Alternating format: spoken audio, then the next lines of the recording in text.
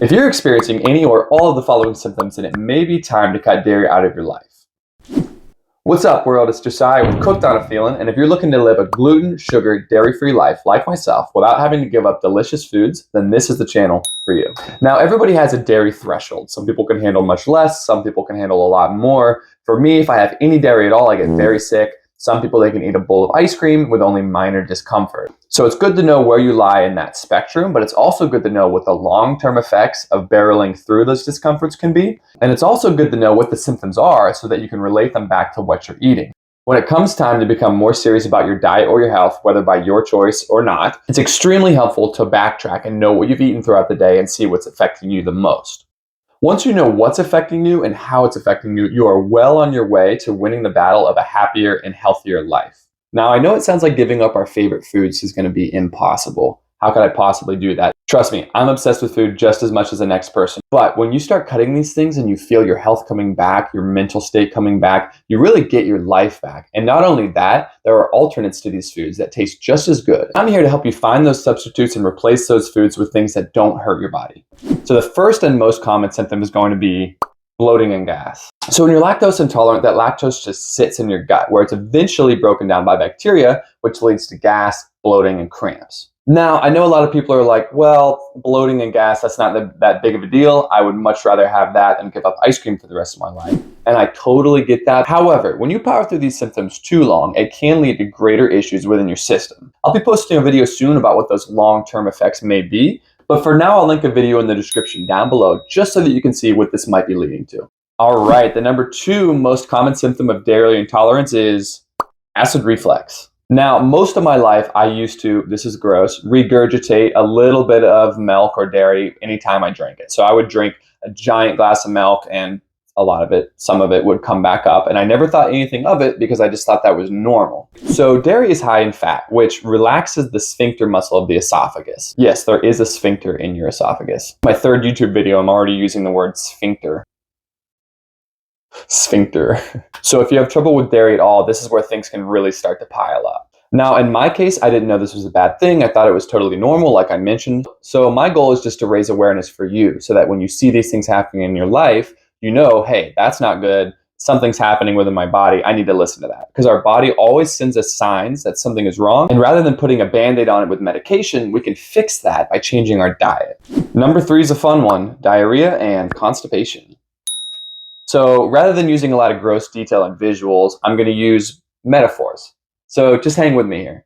Okay, so imagine the Hoover Dam. That large body of water behind it is your gut trying to hold things in. I don't think I can do this. Abort.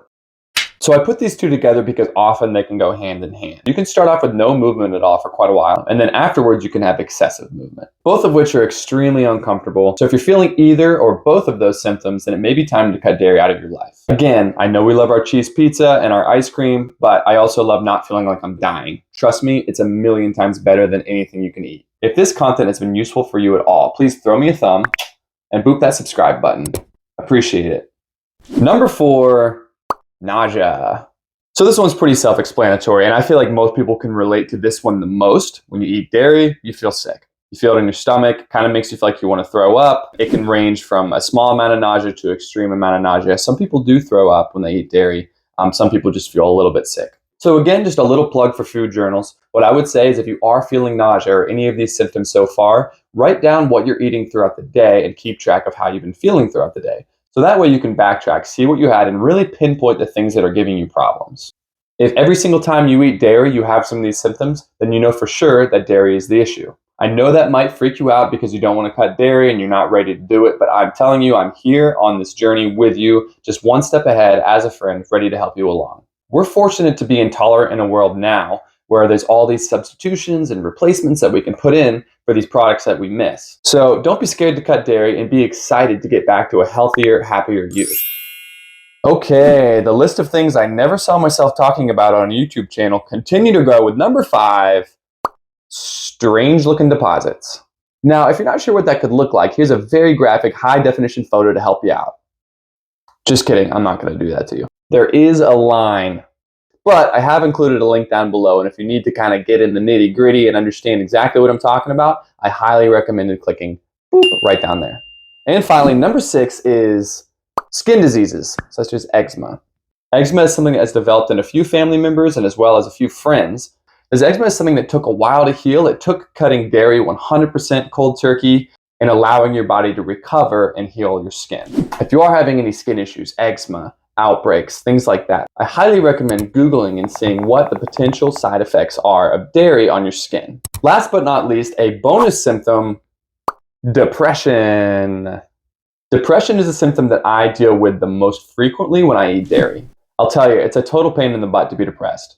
If you've been depressed, you know exactly what I'm talking about. Everything we do throughout our day is motivation-based. So when that motivation gets entirely stripped away, it can be extremely frustrating to not be able to get anything done, to feel horrible about yourself. This one to me is the most severe side effect, and the one that forced me to really take this seriously. I was tired of feeling so tired all the time. It was also affecting my life and my relationships. I would get super down and depressed if the person I was talking to wasn't responding fast enough. I would start to feel my self-worth plummet. I would start to feel my motivation go away. So this is when I decided to take things seriously. As soon as I cut dairy out of my life, those depression issues went away. Again, I'm not saying that this is the cure for depression, but it could be a cause of the depression you're having.